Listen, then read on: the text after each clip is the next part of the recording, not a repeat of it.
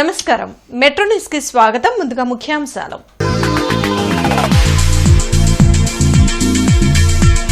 CM Chandrababu అధ్యక్షతన cabinet భేటీ, పలు కీలక నిర్ణయాలకు ఆమోదం.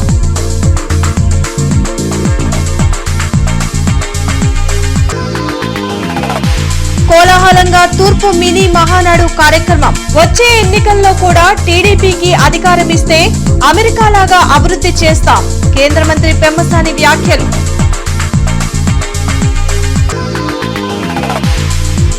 టెన్త్ లో ప్రతిభ కనపరిచిన విద్యార్థులకు ఆలపాటి ప్రోత్సాహకాలు.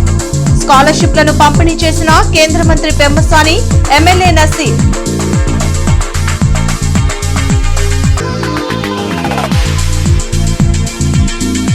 జీజీహెచ్ లో పెట్ సిటీ స్కాన్ ప్రారంభం.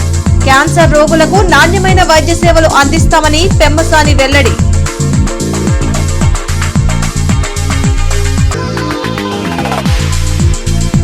గోరంట్లలో 36 లక్షలతో పలు అభివృద్ధి పనులకు శ్రీకారం. ప్రతిపాడు నియోజకవర్గ అభివృద్ధే లక్ష్యమన్న ఎమ్మెల్యే బూర్ల రామాంజనేయులు.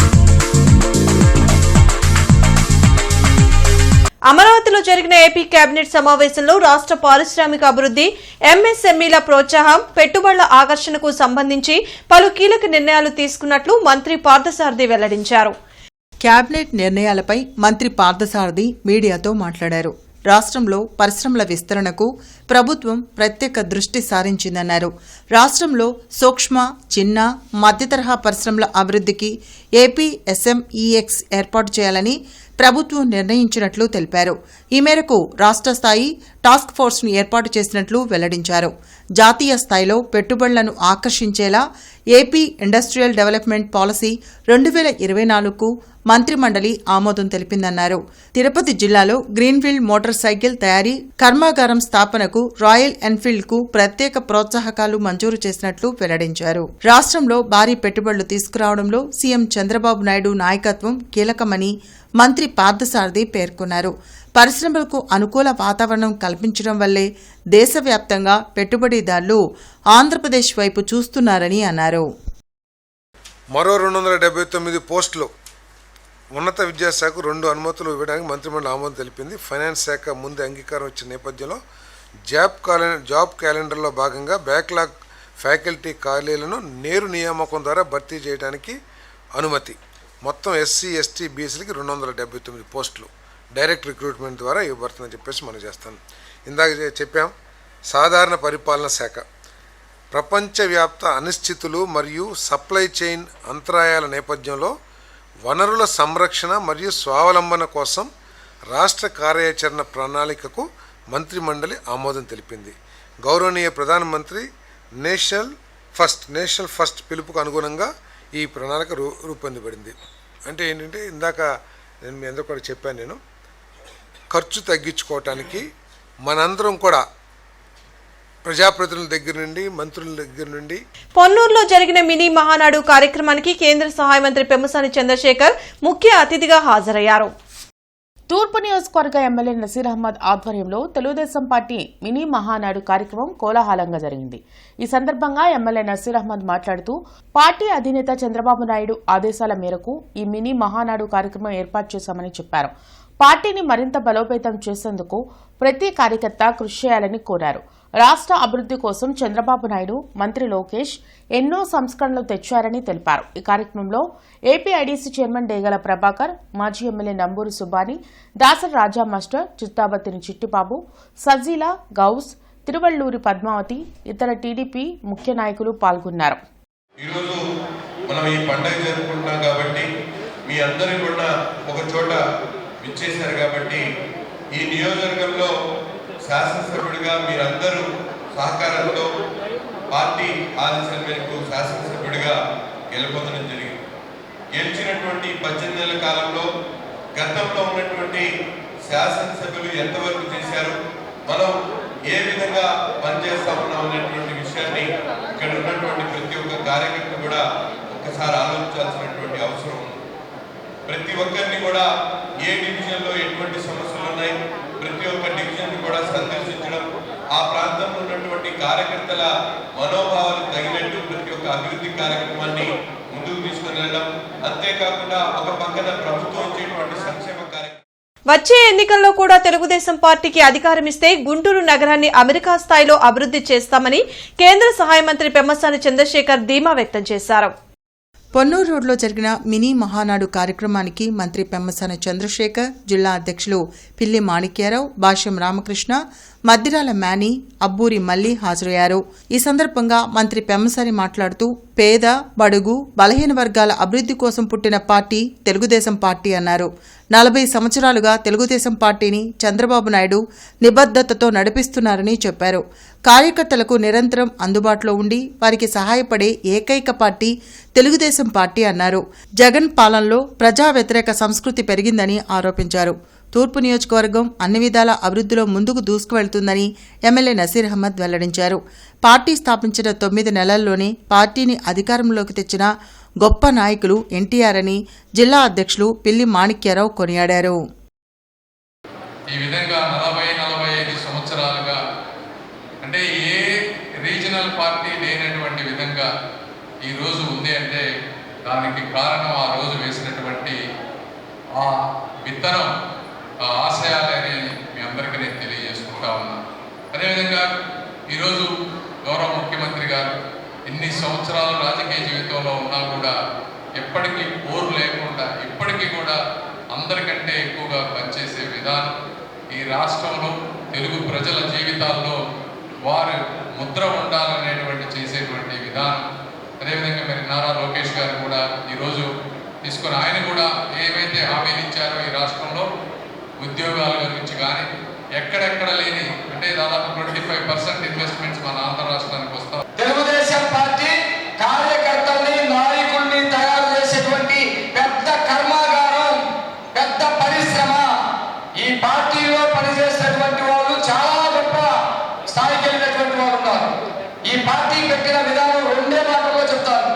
అప్పటికే కాంగ్రెస్ పార్టీ ఏకచక్రాధిపత్యంగా వెళ్తూ నియంత్రణతో పాల్గొడుతూ వెళ్తా ఉంటే చాలా మందికి చదువు లేదు, చాలా వర్గాలు అంటాంతరంతో ఉన్నాయి, చదువుకి దూరంగా ఉన్నాయి, ఇల్లంటే తాటాకులు లేకపోతే 4 బొంగులుగా ఉన్నాయి, రోడ్లుండేవి కాదు. పేద వర్గాలన్నీ కూడా ఊరు చివరి ఉండేవి. ఆ ఊరు చివరికే మురుగునీరు మొత్తం అక్కడ చేరేది. అక్కడ దోమలు, పురుగులు లేకపోతే క్రిమికీటకాలతో అనారోగ్యాలతో ఉండేటువంటి వాళ్ళు పేదలకి, ధనికులకి చాలా అంతరాయం కనపడుతూ ఉండేది. అద్దాల మేడలో ప్రమాణంగా డబ్బులు ఉన్నటువంటి వాళ్ళు ఉంటే పేదలు మాత్రం మురికి వాడలో బ్రతుకుతూ ఉండేవాళ్ళు. ఇలా చూడగానే అంతరాయంతరం, ఇలా చూడగానే పేదరికం, ఇలా చూడగానే చదువు లేనితనం, ఇవన్నీ కూడా కనపడతా ఉన్నాయి. జీజీహెచ్ నాట్కో క్యాన్సర్ సెంటర్లో 18 కోట్ల వ్యయంతో ఏర్పాటు చేసిన పెట్ సిటీ స్కాన్ ప్రారంభోత్సవం ఈ రోజు ఘనంగా జరిగింది. కేంద్ర సహాయ మంత్రి పెమ్మసాని చంద్రశేఖర్, మంత్రి సత్యకుమార్ యాదవ్ హాజరై సెంటర్ను ప్రారంభించి మాట్లాడారు. లినాక్ పెట్ సిటీ స్కాన్ ఏర్పాటుతో దేశంలోనే మొట్టమొదటి L1 క్యాన్సర్ కేర్ సెంటర్గా రూపాంతరం చెందిందన్నారు. ఈ స్కానర్ ద్వారా క్యాన్సర్ రోగులకు నాణ్యమైన వైద్య సేవలు అందించడం జరుగుతుందన్నారు. 70% క్యాన్సర్ల నివారణ సాధ్యపడుతుందని, ఈ క్రమంలోనే ప్రభుత్వం క్యాన్సర్పై అవగాహన కార్యక్రమాలను చేపడుతుందని గుర్తు చేశారు. ఆరోగ్యాంధ్రప్రదేశ్ సాధన కోసం కూటమి ప్రభుత్వం కృషి చేస్తుందని, ప్రభుత్వ ఆసుపత్రులపై ప్రజలకు మరింత నమ్మకం పెరిగిందని అన్నారు. గడిచిన 2 ఏళ్లలో జీజీహెచ్లో 140 కోట్ల రూపాయలతో నూతన అభివృద్ధి పనులు జరిగాయని గుర్తు చేశారు. జింకానాలో 27 కోట్ల పరికరాల ఏర్పాటుతో రోగులకు మెరుగైన వైద్య సేవలు అందించగలుగుతున్నామని అన్నారు. ఎమ్మెల్యేలు నసీర్ అహ్మద్, బూర్ల రామాంజనేయులు, డేగల ప్రభాకర్, తిరుపతిరావు, గాదే వెంకటేశ్వరరావు తదితరులు పాల్గొన్నారు. పెట్ స్కాన్ పెట్టడానికి రకరకాల ఇన్ఫ్రాస్ట్రక్చర్ కావాలి. దానికి కావాల్సినంతా కూడా నాట్కో వారు సమర్పించారు. కాబట్టి ఈ రోజున మీరు చూస్తే ఒకసారి వీడియోలో ఒక వరల్డ్ క్లాస్ సెంటర్ ఎలా ఉంటుందో ఆ విధంగా ఉంది. ఇది ఒక పెట్ స్కాన్ ఒక మనిషి చేసుకోవాలి అంటే బయట కనీసం 25,000 రూపాయలు ఉండేటువంటి పరిస్థితి. ఈ రోజున ఇక్కడ పేదవాళ్ళకి ఉచితంగా చేయబడుతుంది. ఈ పెట్ స్కాను ఇంత పెట్టి కొన్నా కూడా మెయింటెనెన్స్ వచ్చేటప్పటికి దాదాపుగా ప్రతి సంవత్సరం 2 నుంచి 2.5 కోట్ల రూపాయల మెయింటెనెన్స్ అవుతుంది దీనికి మినిమం. అది కూడా ప్రభుత్వం భరించబోతూ ఉంది ఇక్కడ. అంటే ఎందుకు చెప్తా ఉన్నామంటే అందరూ కూడా గుర్తుపెట్టుకోవాలి, పెట్ స్కాన్ అనేది జనరల్గా పెట్ స్కాను నార్మల్ డిసీజెస్కి కానీ నార్మల్ క్యాన్సర్కి కానీ పెద్దగా అవసరం లేదు. సిటీ స్కాన్ తోటే మెజారిటీ క్యాన్సర్ ఎక్కడుందని కనుక్కోగలుగుతాం. అయితే ఎర్లీగా ఉండేటువంటి క్యాన్సర్ ఏదైతే ఉందో అది రెగ్యులర్ సిటీ స్కాన్కి దొరకనప్పుడు పెట్ స్కాన్ అవసరం ఉంటుంది. కాబట్టి ఒక అద్భుతమైన క్యాన్సర్ సెంటర్ని ఏర్పాటు చేసినందుకు నాట్కో యాజమాన్యానికి నేను ప్రత్యేకంగా ధన్యవాదాలు తెలియజేస్తున్నా. అదే సమయంలో ఈ గుంటూరు జీజీహెచ్ అభివృద్ధి కోసం అనేక మంది దాతలు, అది తులసి రాంప్రభు గారు కావచ్చు, ఇతర దాతలు కానీ, ప్రధానంగా ఈ పూర్వ విద్యార్థులు కలిసి 500 పడకల ఎంసీహెచ్ వార్డుని, అదేవిధంగా దాదాపు 115 కోట్లతో వివిధ ఎక్విప్మెంట్కి కానీ లేదా మౌలిక సదుపాయాల కల్పన కోసం కానీ సహకారం అందించడం జరిగింది. వారందరికీ కూడా ఈ సందర్భంగా ప్రత్యేకమైన ధన్యవాదాలు తెలియజేస్తాను. ఇవాళ దీని కారణంగా ఈ అత్యాధునిక state of the art equipment, స్కానర్లు రావడం కారణంగా మరింత నాణ్యమైన సేవల్ని క్యాన్సర్ పేషెంట్లకు అందించడానికి ఇవాళ గుంటూరు జీజీహెచ్లో ఆస్కారం కలిగింది. 47వ డివిజన్ గోరంట్ల బొడ్రాయి సెంటర్లో 35.4 లక్షల వ్యయంతో చేపట్టిన డ్రైన్లు, వంతెనల నిర్మాణానికి ఈరోజు ఎమ్మెల్యే బూర్ల రామాంజనేయులు శంకుస్థాపన చేశారు. ప్రతిపాడు నియోజకవర్గ అభివృద్ధి లక్ష్యమని ఎమ్మెల్యే బూర్ల రామాంజనేయులు అన్నారు. గోరంట్లలో ఇప్పటి వరకు 38 కోట్లతో అభివృద్ధి పనులు చేసినట్లు గుర్తు చేశారు. కూటమి నాయకులు, కార్యకర్తలు, అభిమానులు పాల్గొన్నారు. గోరంట్లలో మనకు ఒక ట్యాంకు, అంటే ఇక్కడ ఒక 5-6 ఎకరాలలో ఒక మనకు రిజర్వాయర్ కూడా ఏర్పాటు కాబోతుంది. అంటే సంపు ఇంకా మనకు నిత్యం వాటర్ సమస్య అనేది ఎక్కడ ఉండదు. ఓన్లీ ఒక 1.5 year ఆగాలి. ఇంతే నేను కోరేది. నెక్స్ట్ మన ఎన్నికలు కూడా వస్తున్నాయి కాబట్టి కార్పొరేషన్ ఎన్నికలు అభ్యర్థిని ప్రభుత్వం అంటే పార్టీ ఏమని నిర్ణయించినా యునానమస్ గా జరగాలి. ఎందుకంటే వైసీపీ నాయకులు ఏమీ లేరుగా, ఎవరున్నారు వైసీపీ నాయకులు? నీళ్ళు ఇచ్చేటప్పుడు లేరు, కరెంట్ వేసేటప్పుడు లేరు, డ్రైన్ కట్టేటప్పుడు లేరు, రోడ్డు వేసేటప్పుడు లేరు. కనీసం 5 సంవత్సరాలు ఒక్క కొబ్బరికాయన పగిలిందా అని అడుగుతున్నాను. ఒక్క కొబ్బరికాయన పగిలిందా? మరి ఏ మొక్కలు పెట్టుకోవాలి ఇంకో వైసీపీ వాళ్ళు? మాకు రాజ్యం కావాలి, మళ్ళా మేమే వస్తాము. ఎక్కడొస్తారు? రూపాయి విలువ తగ్గకుండా ఉండేందుకు ప్రధాని మోడీ బంగారం కొనుగోలు తగ్గించాలని కోరారని కేంద్ర సహాయ మంత్రి పెమ్మసాని చంద్రశేఖర్ తెలిపారు. జరుగుతున్న యుద్దం కారణంగానే ఆయిల్ కొరత ఏర్పడిందని మంత్రి పెమ్మసాని చంద్రశేఖర్ తెలిపారు. దేశంలో ఆయిల్ సంక్షోభం నుంచి బయటపడాలంటే కొన్ని నిర్ణయాలు తప్పనిసరిగా తీసుకోవాల్సిన అవసరం ఉందన్నారు. గ్యాస్ స్టేషన్లు, బంగారం వ్యాపారులకు కొంచెం ఇబ్బందులు కలిగినప్పటికీ కొంత సంయమనం పాటించాలని కోరారు. ప్రధాని మోడీ సూచించిన ఇంధనం పొదుపు వల్ల భవిష్యత్తులో ఎంతో ప్రయోజనం ఉంటుందన్నారు. దేశ విదేశాల సంబంధాల వల్ల కానీ ఈ గత 45-50 రోజుల్లో ఉన్న నిల్వలను వాడుకోవటం, ఎక్కడ అవకాశం ఉంటే ఆ విధంగా తెచ్చుకొని ప్రజలకు ఇబ్బంది రాకుండా మేనేజ్ చేయగలిగారు ఈరోజు ఇప్పటివరకు. అయితే ఇప్పుడు తప్పని పరిస్థితుల్లో ఈ ఫారెక్స్, మనం ఎందుకంటే బంగారం కొన్నా లేకపోతే ఆయిల్ కొన్నా ఇవన్నీ మనకి ఫారిన్ కరెన్సీ ట్రేడ్ ఉంటుంది కాబట్టి రూపాయి బలహీన పడితే ఇబ్బంది పడతాము, ఇన్ఫ్లేషన్ పెరుగుతుంది. కాబట్టి వీటన్నిటి దృష్ట్యా కష్టమైనా కూడా కొన్ని నిర్ణయాలు తీసుకోమని చెప్పారు. అంటే ఇందులో గ్యాస్ స్టేషన్స్ లేదా బంగారం ఇవన్నీ ఉండేవాళ్ళు ఎవరైతే ఉంటే ఆ ఇండస్ట్రీ మీద ఉండేవాళ్ళకి కొంత ఇబ్బంది జరుగుతుంది టెంపరీగా.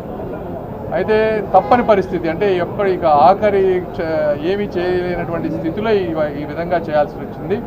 అయితే ఒకటి, గోల్డ్ ఇండస్ట్రీలో కొంత ఇబ్బంది అయినా కూడా మళ్ళీ ఇది రికవర్ అయిన తర్వాత అదేవిధంగా ఎక్స్ట్రా కొనుక్కుంటారు కాబట్టి నెక్స్ట్ ఇయర్ రీబౌండ్ అవుతుందని మేము ఆశిస్తా ఉన్నాం. ప్రభుత్వ పాఠశాలలో చదివి 10వ తరగతి పరీక్షల్లో ఉత్తమ ప్రతిభ కనబరిచిన విద్యార్థులకు ఎమ్మెల్సీ ఆలపాటి రాజేంద్ర ప్రసాద్ ప్రోత్సాహకాలను అందజేశారు.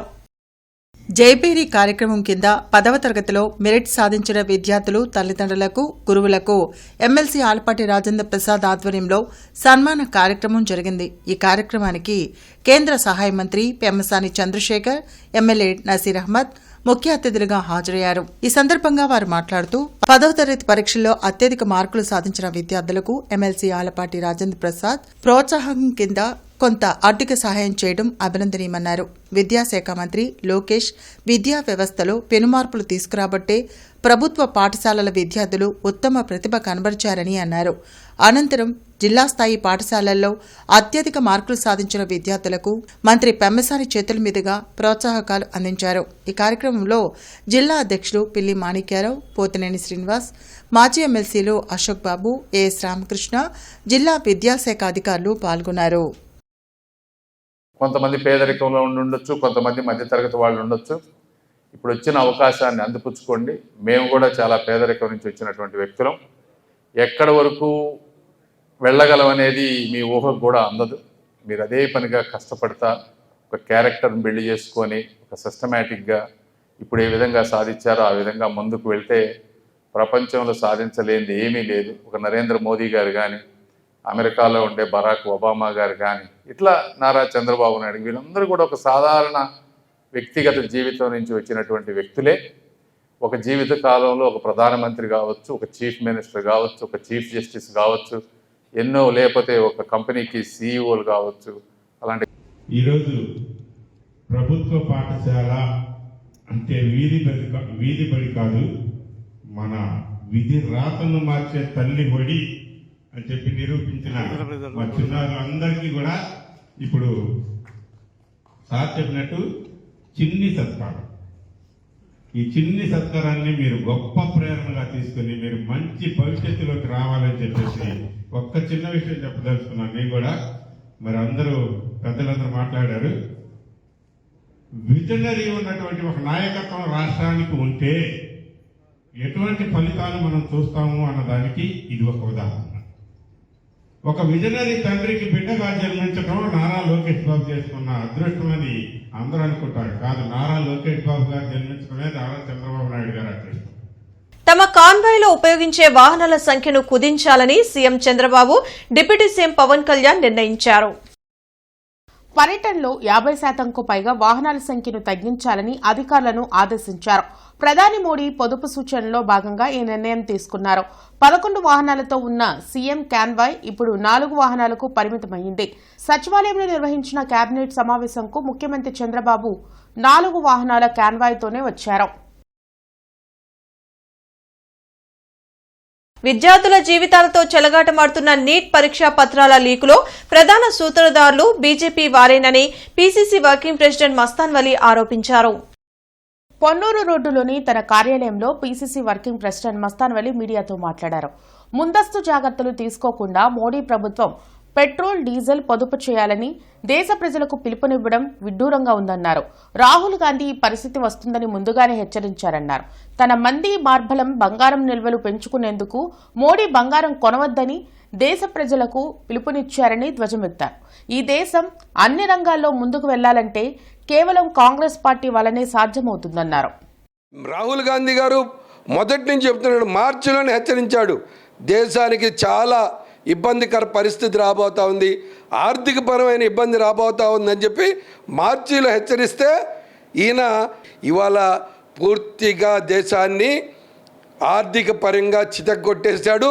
మేము మొదటి నుంచి చెప్తా ఉన్నాం, ఎన్నికలు అవ్వగానే పెట్రోలు, డీజిల్, గ్యాసు, కిరోసిన్ రేట్లు విపరీతంగా పెరుగుతాయి. మీరు పకోడీలు అమ్ముకోమని చెప్పిన ఆయన నూనె కూడా, ఇంటికి వాడే నూనె కూడా పొదుపుగా వాడుకోండి అని చెప్పాడు. అంటే ఈ దేశాన్ని ఎక్కడికి తీసుకెళ్తున్నాడో ఒక్కసారి ఆలోచన చేయండి. ఇవాళ వీళ్ళ యొక్క రాజకీయ పబ్బం కోసం ఈ భారత 130 కోట్ల మంది భారతీయుల్ని రోడ్డును పడేసేటటువంటి ప్రయత్నం జరుగుతూ ఉంది. రాహుల్ గాంధీ గారు స్పష్టంగా చెప్పారు, మేమైతే దీని మీద పోరాటం చేస్తున్నాం, ప్రజలు ఆలోచన చేయాలి, వీళ్ళు చెప్పేటటువంటి మతోన్మాద పిచ్చిలో మునిగి తేల్తారా లేకపోతే మిమ్మల్ని రోడ్ల మీదకు తీసుకొచ్చేటటువంటి నరేంద్ర మోడీ దుర్మార్గ విధానాన్ని ప్రశ్నిస్తారో.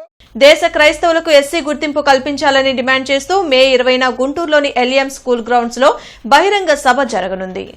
ఈ సభకు ముస్లిం సంఘాల జేఏసీ మద్దతు తెలిపింది. రాజ్యాంగం కల్పించిన మత కుల హక్కులను కాలరాస్తూ సుప్రీంకోర్టు తీర్పు ఇవ్వడం దురదృష్టకరమని ముస్లిం యునైటెడ్ ఫ్రంట్ అధ్యక్షులు కలీం విమర్శించారు. మైనార్టీల హక్కులను కాలరాసేలా ప్రభుత్వాలు, న్యాయస్థానాలు తీసుకుంటున్న నిర్ణయాలపై పెద్ద ఎత్తున పోరాటాలు చేస్తామని ఫాదర్ చంద్రమోహన్ తెలిపారు.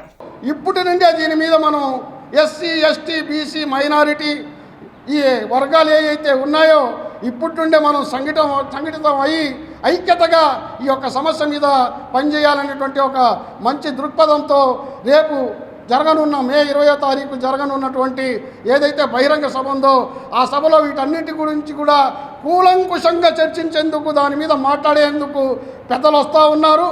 ఆ పెద్దల యొక్క ఉపన్యాసం ద్వారా మనం ఇంకా మన ఉద్యమాన్ని భవిష్యత్తులో ఎలా తీసుకెళ్లాలనేది నిర్ణయం తీసుకోవడం జరిగింది. కాబట్టి గుంటూరు జిల్లా చెస్ అసోసియేషన్ ఆధ్వర్యంలో men women team championship official selection ఈ నెల 17న జరగనుంది. శ్యామలానగర్లోని వెంకటేశ్వర బాలకుటీల్లో నిర్వహించనున్న ఈ పోటీలకు సంబంధించిన పోస్టర్ను ఆవిష్కరించారు. Balakutir CEO Durga Raghuram, principal Sudhamadhavi, organiser Vijay Kumar తదితరులు పాల్గొన్నారు. అండర్ 7 నుంచి 15 వరకు మెన్ ఉమెన్ కేటగిరీలో ఈ పోటీలు జరుగుతాయని దుర్గా రఘురాం తెలిపారు. విజేతలు బాపట్లలో జరిగే స్టేట్ లెవెల్ పోటీల్లో పాల్గొనే అవకాశం ఉంటుందన్నారు. చెస్ వల్ల పిల్లల్లో ఏకాగ్రత పెరుగుతుందని చెప్పారు.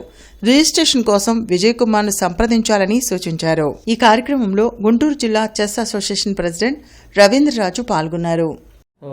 ఇవి మనకు తెలియకుండానే మన జీవితంలో ఒక రకమైన డిసిప్లిన్ని ఇండ్యూస్ చేస్తాయి. మనకి ఎంత దాని బెనిఫిట్ ఉంటుంది అనేది మనం వెంటనే మెషర్ చేయలేకపోవచ్చు. కాకపోతే కాన్సిక్వెన్షియల్ థింకింగ్, డెసిషన్ మేకింగ్కి దీనికి అంతటికీ చాలా ఉపయోగపడుద్ది. అట్లాగే ఈ పేషెన్స్, ఫోకస్ ఇవి కూడా ఎంతో పిల్లలకి వాళ్ళ జీవితంలో ఉపయోగపడాయి. సో పెద్ద అయినా కూడా ఈ క్వాలిటీస్ని వాళ్ళు ఎప్పుడూ ఇచ్చారు. మన సమగ్ర విద్యా విధానంలో ఇది ఒకటి బాలకుటీర్ బలంగా నమ్మేది. అందుకే చాలా కాలంగా మేము ఇలా ఆఫ్టర్ స్కూల్ యాక్టివిటీస్ పేరు మీద వీటిని నిర్వహిస్తున్నాం. మన స్కూల్లో విజయ్ గారు చాలా చక్కగా నిర్వహిస్తున్నారు వాటిల్ని. బ్రాడీపేట 5వ లైన్ 17వ అడ్రోడ్లో గల శ్రీ బడబాండ్ల ప్రతాప వీరాంజనేయ స్వామి ఆలయంలో గత 3 రోజులుగా జరుగుతున్న హనుమత్ జయంతి వేడుకలు నేటితో ఘనంగా ముగిశాయి. 3వ రోజు కార్యక్రమంలో భాగంగా స్వామివారికి అభిషేకంతో పాటు హోమం మరియు పూర్ణాహుతి నిర్వహించినట్లు ఆలయ ధర్మకర్త పన్నాల విశ్వనాథన్ తెలిపారు. గత 3 రోజులుగా జరుగుతున్న ఈ వేడుకలకు పెద్ద ఎత్తున భక్తులు స్వామివారిని దర్శించుకున్నట్లు ధర్మకర్త పన్నాల విశ్వనాథన్ తెలిపారు. కార్యక్రమంలో ఆంజనేయ స్వామి ఆలయ సమన్వయకర్తలు శరత్ కుమార్, గుంటూరు విజయలక్ష్మి, ఆంజనేయ స్వామి ఆలయ అర్చకులు సాయి తదితరులు పాల్గొన్నారు. బడబాండ్ల ప్రతాప వీరాంజనేయ స్వామి వారి వార్షిక జన్మదిన మహోత్సవాలు ఈ 3 రోజులు కూడా ఘనంగా జరుపుకుంటున్నాము. ఈ 3 రోజులు కూడా శాస్త్రయుక్తంగా, వేదయుక్తంగా ఈ కార్యక్రమాలన్నీ నిర్వహించడం జరిగింది. వీటితో పాటుగా ఈ 2 రోజులు కూడా సాంస్కృతిక కార్యక్రమాలు కూడా రచించడం జరిగింది. మొదటి రోజున నందనవనం శ్రీనివాసరావు గారు హనుమత్ వైభవాన్ని గురించి వారు ఉపన్యసించారు. అలాగే 2వ రోజున దివ్యాంగుల చేత దేవుని మీద భక్తి పాటలతో ఒక కార్యక్రమం జరిగింది. బడబాండ్ల ప్రతాప వీరాంజనేయ స్వామి వారి దేవస్థానం 92 సంవత్సరాలుగా ఇక్కడ వంశపారంపర్యంగా జరుగుతూ వస్తూ ఉంది. మా ధర్మకర్త గారు పన్నాల విశ్వనాథం గారు చెప్పినట్టుగా హనుమత్ జయంతి పురస్కరించుకొని 3 రోజుల పాటు 12, 13, 14 3 రోజుల పాటు ఉదయం మన్యసూక్తం ఏకాదశ రుద్రవారాభిషేకం, తర్వాత సహస్రనామార్చనతో, మళ్ళీ సాయంత్రం మల్లెపూల అర్చనతో, 2వ రోజు కూడా మన్యసూక్తపూర్వకంగా ఏకాదశ రుద్రవారాభిషేకం, మళ్ళీ సాయంత్రము మల్లెపూలతో అర్చన. ఇవాళ 3వ రోజు 14వ తారీఖున మన్యసూక్తంతో, రుద్ర సంపుటితో, మన్యసూక్త విధానైన హోమంతోనూ, అలానే మన్యసూక్త విధానైన ఏకాదశ రుద్రవారాభిషేకము జరుగుతుంది. ఇలా 3 రోజులుగా కార్యక్రమాలు జరుగుతూ శ్యామలానగర్ 9వ లైన్ ప్రాంతంలో జరుగుతున్న ఇళ్ల గణన కార్యక్రమాన్ని ఛార్జ్ ఆఫీసర్ సిహెచ్ శ్రీనివాస్ తో కలిసి కమిషనర్ మయూర్ అశోక్ క్షేత్రస్థాయిలో సందర్శించి స్వయంగా పలు గృహాల్లో ఎన్యుమరేషన్ ప్రక్రియను నిర్వహించారు. శ్యామల్నగర్లో జనగణనని ప్రత్యక్షంగా చేపట్టిన కమిషనర్ మయూర్ అశోక్ దేశాభివృద్ధికి మరియు భవిష్యత్ ప్రణాళికల రూపకల్పనకు అత్యంత కీలకమైన జనగణన 2027 ప్రక్రియకు ప్రతి ఒక్కరూ సహకరించాలని కోరారు. ఒక్కో ఇంటి వివరాలను సేకరించడానికి కేవలం 2 నిమిషాల సమయం మాత్రమే పడుతుందని, ఈ వేగంతో సిబ్బంది అందరూ సమన్వయంతో పనిచేసి నగర వ్యాప్తంగా మిగిలి ఉన్న గణనను రాబోయే 2 రోజుల్లోనే పూర్తి చేయాలని స్పష్టం చేశారు. బుచ్చయ్య తోట 5వ లైన్లో ఉన్న శ్రీ ప్రసన్నాంజనేయ స్వామివారి దేవస్థానంలో హనుమత్ సేవా సమితి ఆధ్వర్యంలో స్వామివారికి 1,00,000 మల్లెపూలతో అర్చన, హనుమాన్ చాలీసా పారాయణం, అన్నప్రసాద వితరణ జరిగింది. ఈ కార్యక్రమంలో వందలాది మంది భక్తులు స్వామివారిని వీక్షించి తీర్థ ప్రసాదాలు, అన్నప్రసాదము స్వీకరించి స్వామివారి కృపకు పాత్రులయ్యారు. ఈ సందర్భంగా వడ్రాణం హరిబాబు మాట్లాడుతూ శ్రీ ప్రసన్నాంజనేయ స్వామివారి దేవస్థానం కమిటీ సభ్యులు ఎంతో భక్తిభావంతో కలిగి స్వామివారి జయంతి మహోత్సవాలను నిర్వహించడం అభినందనీయమన్నారు. వివిధ సేవా కార్యక్రమాలనందు భక్తులకు సేవలు అందించడం ప్రశంసనీయమన్నారు. ఈ కార్యక్రమంలో మిరియాల గోపి, హనుమత్ సేవా సమితి ధర్మకర్త నారిశెట్టి నాగరాజు, కోటా రామదాస్, సమితి సభ్యులు కళ్లగంటి త్రిపుర, కళ్లగంటి శ్రీనివాస్, మస్తాన్రావు తదితరులు పాల్గొన్నారు. ప్రతి సంవత్సరం కూడా హనుమత్ జయంతికి ఈ యొక్క ఆలయ కమిటీ వారు చక్కగా 1,00,000 మల్లెలతో ఈ ప్రసన్నాంజనేయ స్వామి వారికి పూజ నిర్వహించి అలాగే వేలాది మంది భక్తులకి అన్నదానం నిర్వహించడం అనేది చాలా గొప్ప మహత్కార్యం. ఇలాంటి కార్యాలు చేస్తున్నటువంటి ఈ ఆలయ కమిటీకి, ఈ ప్రాంతంలో ఉన్నటువంటి నాయకులకి అందరికీ కూడా నా హృదయపూర్వక అభినందనలు. విద్యానగర్ 1వ లైన్లోని ప్రసన్నాంజనేయ స్వామి దేవాలయంలో 31వ హనుమత్ జయంతి మహోత్సవాలు కన్నుల పండుగగా ముగిశాయి. ఉత్సవాల్లో భాగంగా స్వామికి ప్రత్యేక అభిషేకాలు, పూజలను భక్తి శ్రద్ధలతో నిర్వహించారు. స్థానిక భక్తులు, ఆలయ కమిటీ సహకారంతో ఈ హనుమత్ జయంతి ఉత్సవాలను వైభవంగా నిర్వహించినట్లు ఆలయ కమిటీ అధ్యక్షులు కొల్లి బాలకృష్ణ తెలిపారు. కార్యక్రమంలో కొల్లి అనిల్ కుమార్ తదితరులు పాల్గొన్నారు. 31వ సంవత్సరం మనం జయంతి ఉత్సవాలు జరుపుకోవడం జరుగుతుంది.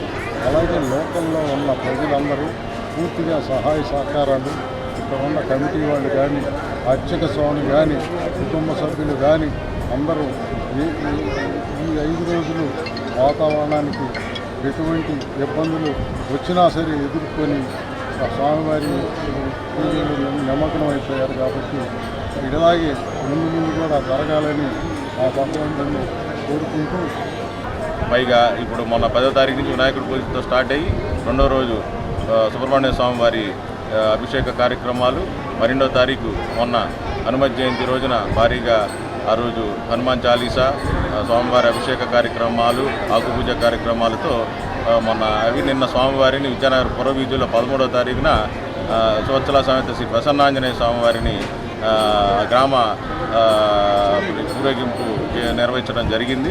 భక్తులందరూ నిన్న పాల్గొని జయప్రదం చేశారు. అలాగే ఇవాళ 14వ తారీఖు మరి వాళ్ళ పొద్దున్నే హనుమాన్ చాలీసా పారాయణంతో మొదలయ్యి ఇప్పుడు భారీ అన్న సంతర్పణ కార్యక్రమం నిర్వహించడం జరుగుతున్నది.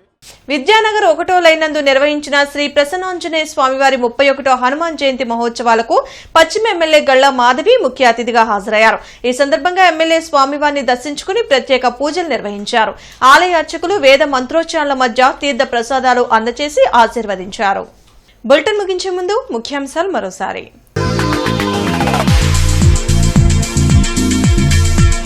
సీఎం చంద్రబాబు అధ్యక్షతన కేబినెట్ భేటీ, పలు కీలక నిర్ణయాలకు ఆమోదం.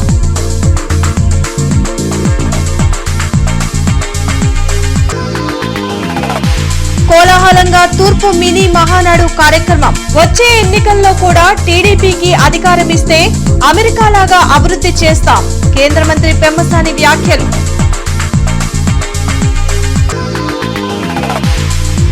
టెన్త్లో ప్రతిభ కనపరిచిన విద్యార్థులకు ఆలపాటి ప్రోత్సాహకాలు, స్కాలర్షిప్లను పంపిణీ చేసిన కేంద్ర మంత్రి పెమ్మసాని, ఎమ్మెల్యే నసీర్.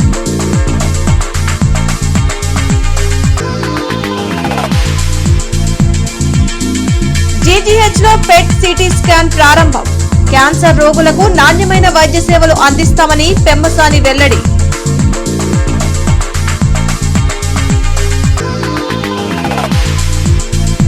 గోరంట్లలో 36 లక్షలతో పలు అభివృద్ధి పనులకు శ్రీకారం. ప్రతిపాడు నియోజకవర్గ అభివృద్ధే లక్ష్యమన్న ఎమ్మెల్యే బూర్ల రామాంజనేయులు. ఈ వార్తలు ఇంతటితో సమాప్తం. నమస్కారం.